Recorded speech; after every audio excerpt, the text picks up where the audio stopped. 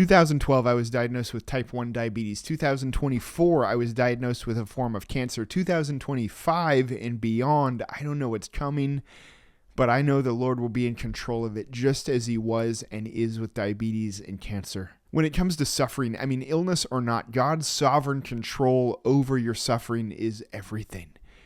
It's how we endure.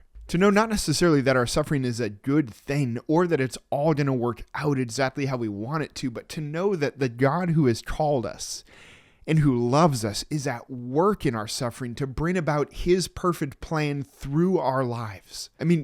As Charles Spurgeon once wrote, the sovereignty of God is the pillow upon which the child of God rests his head at night, giving perfect peace. That's where peace is found, to know God is in my suffering. Here's the reality though. I know that I will likely never see all that God is doing through my suffering, through my illnesses, and I'm okay with that.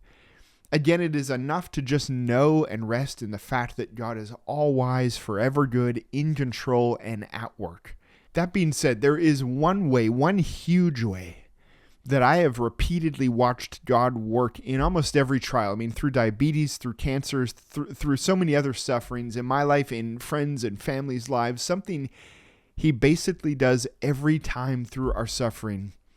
Whether we choose to accept it or act on it is another story, but he does it, and it is such a simple but amazing thing. And it shows up in Philippians chapter 1. Paul is writing to the Philippian church about his current imprisonment, and so in the letter, he highlights for them the good things that God is doing through him in the prison. Listen to this. He says, "Now I want you to know, brethren, that my circumstances have turned out for the greater progress of the gospel, so that my imprisonment in the cause of Christ has become well known throughout the whole Praetorian Guard and to everyone else." Philippians 1:12-13. Now, what incredible news for a church to be on the receiving end of. To hear that while your beloved brother and pastor is in prison, the gospel is going out through him to prisoners and prison guards alike. Here's the thing though. It's only happening because why? Because something less than ideal has happened to Paul. Maybe there were other people ministering in the prison, but Paul himself didn't seem to have an ongoing prison ministry where he visited prisoners, brought baked goods, did Bible studies. He's preaching the gospel in the prison because he got sent there as a prisoner. He got arrested, and God is now using his arrest to advance the gospel in the prison. This is precisely what suffering so often does, or rather what God does through it. He uses it as a means of putting us in mission fields where salvation is desperately needed, but where we would not otherwise have chosen to go or even had access to. Prior to being diagnosed with diabetes, I'm not sure I had ever even heard the word diabetes.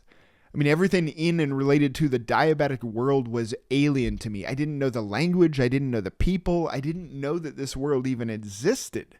After being diagnosed, all of that changed. I quickly began learning the vernacular because I had to begin ordering diabetic supplies. I started attending diabetic training seminars because I needed to know how to live with diabetes. I started meeting and having conversations with other diabetics because they were the only people who understood what I was experiencing.